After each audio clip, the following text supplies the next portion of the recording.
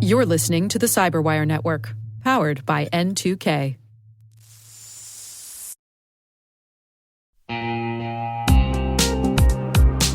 Risk and compliance shouldn't slow your business down. Hyperproof helps you automate controls, integrate real-time risk workflows, and build a centralized system of trust so your teams can focus on growth, not spreadsheets.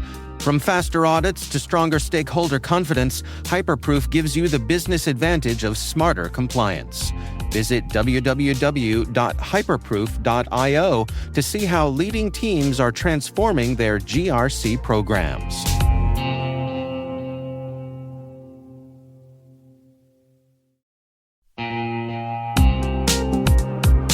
At Thales, they know cybersecurity can be tough and you can't protect everything.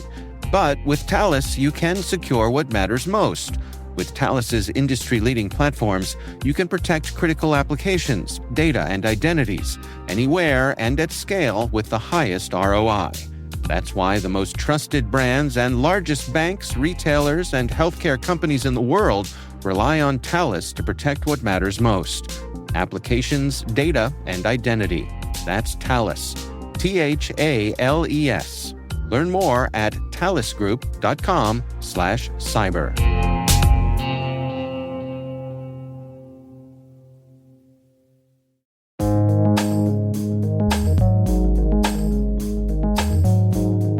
The word is IAM. Spelled I for identity, A for access, and M for management.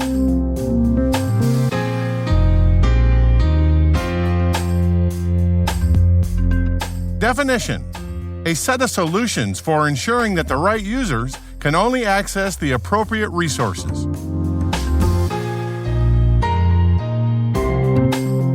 Example sentence: identity and access management is critical to an organization's security program because it stands between users and sensitive information.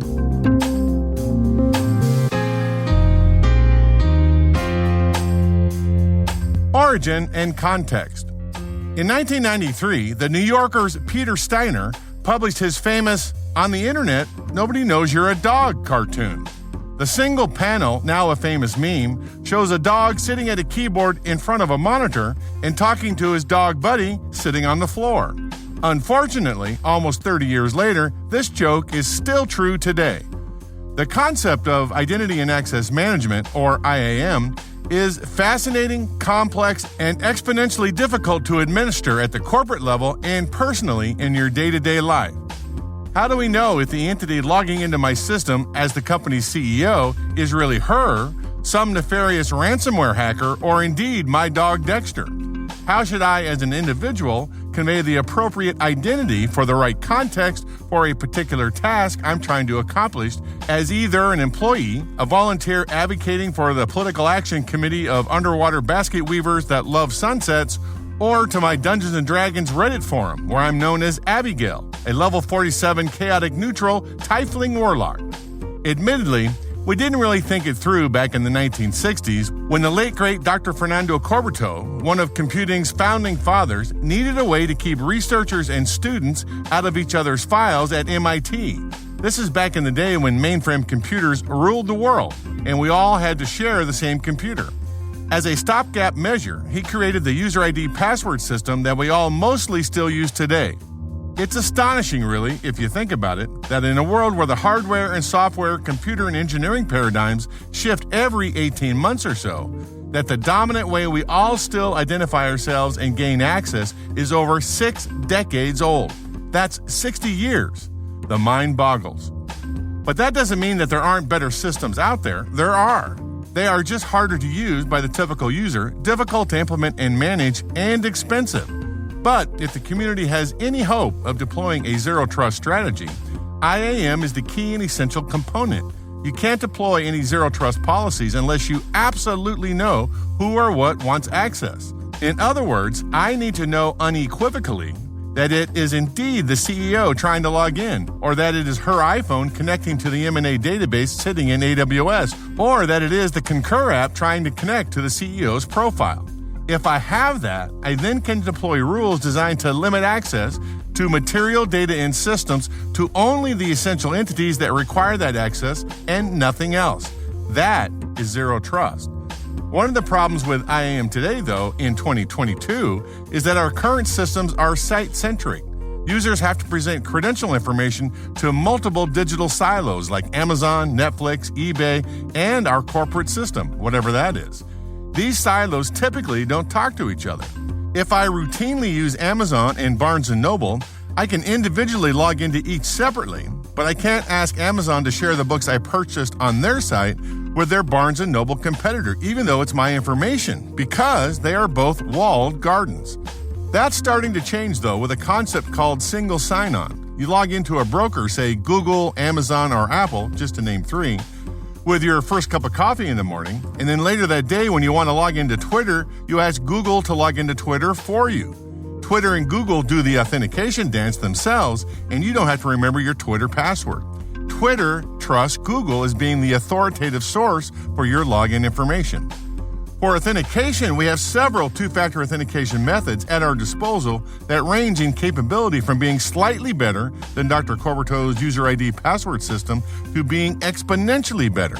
Things like SMS verification, email verification, authenticator soft tokens like Blizzard's BattleNet, Google's Authenticator, ID.me, and LastPass, push authentication from companies like Apple, Google, Microsoft, and Twitter, and finally, Universal Second Factor Authentication, or U2F, an open standard that uses a Universal Serial Bus, or USB, or NFC near-field communication devices as the second factor.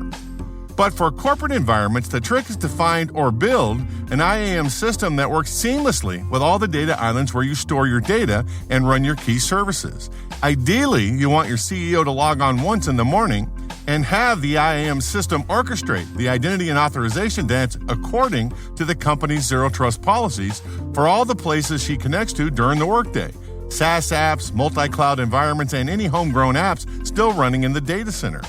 IAM is a key piece to any organization's identity fabric that also includes identity governance and administration, or IGA, privileged access management, or PAM or PAM, and customer identity access management, or CIAM. One last thing. A potential future of IAM might be a 180-degree flip of who or what is the authoritative source for your identity. Today, as I said, we might use a broker like Google, but in the future, you might become the authoritative source, and every app that you want to authenticate with will do the IAM dance with you, because you will hold the credential, something called a digital ID. The second factor would be your phone or other mobile device, and your credential would be your cryptographically stored key. Instead of the CEO logging into Twitter with her user ID and password, Twitter would interrogate the CEO's credentials stored on her mobile device. This architecture is not quite available yet, but it is probably just a few years away.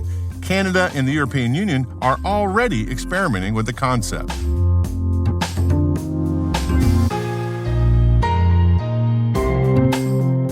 Nerd reference. In a perfect example of a failed IAM program and a flawed zero trust deployment, I give you the 1982 movie Star Trek II: The Wrath of Khan, arguably the best Star Trek movie in the canon, and I will die on that particular nerd hill. I look forward to your cards and letters. Captain Kirk, the commander of the USS Enterprise, played by the indomitable William Shatner, is trying to take control of the USS Reliance industrial control systems because Kirk's nemesis, Khan, played by the fabulous Ricardo Montalban, has taken control of the ship and has crippled the Enterprise's combat and navigation systems in a devastating attack. Two things to note in this clip. One, the Federation's zero trust policy that allows every ship's captain to possess the password to every other ship in the fleet. That's probably not a very good idea. And their password policy to allow only 5-digit passwords. I'm just saying. In this clip, you will also hear from Kirstie Alley, Judson Scott, and the late, great Leonard Nimoy. Mr. Savick, punch up the data charts of Reliance Command Console. Reliance Command? Hurry. 45 seconds. The prefix code, that's all we've got.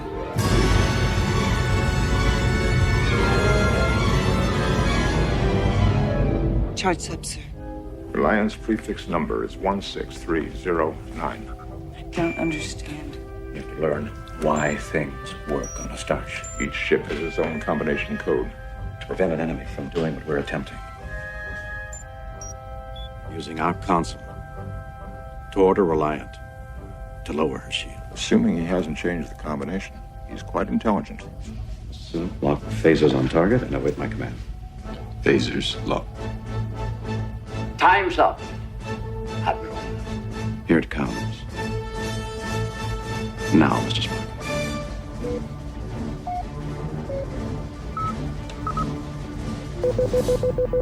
Sir, our shields are dropping. Raise them! I can't! Where's the override? The override! Fire. Fire! We can't fire, sir! Why can't you? They've damaged the proton control and the warp drive. We must withdraw. No! Sir, we must!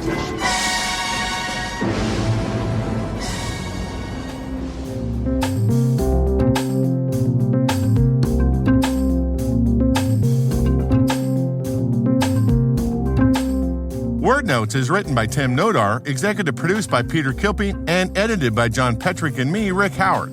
The mix, sound design, and original music have all been crafted by the ridiculously talented Elliot Peltzman. Thanks for listening.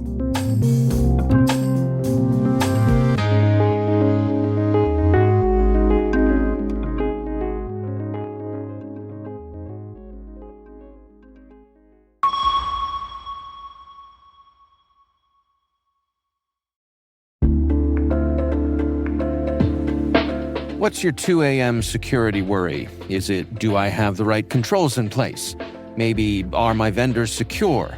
Or the one that really keeps you up at night, how do I get out from under these old tools and manual processes? That's where Vanta comes in. Vanta automates the manual work so you can stop sweating over spreadsheets, chasing audit evidence, and filling out endless questionnaires.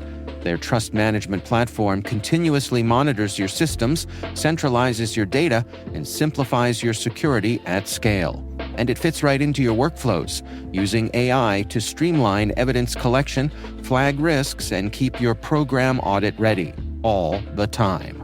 With Vanta, you get everything you need to move faster, scale confidently, and finally, get back to sleep. Get started at vanta.com/cyber. That's VANTA.com/cyber.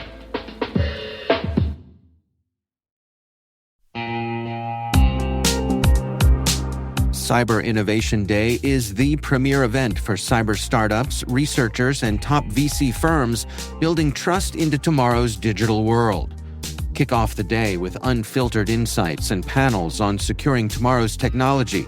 In the afternoon, the 8th annual Data Tribe Challenge takes center stage as elite startups pitch for exposure, acceleration, and funding. The Innovation Expo runs all day, connecting founders, investors, and researchers around breakthroughs in cybersecurity. It all happens November 4th in Washington, D.C. Discover the startups building the future of cyber. Learn more at cid.datatribe.com.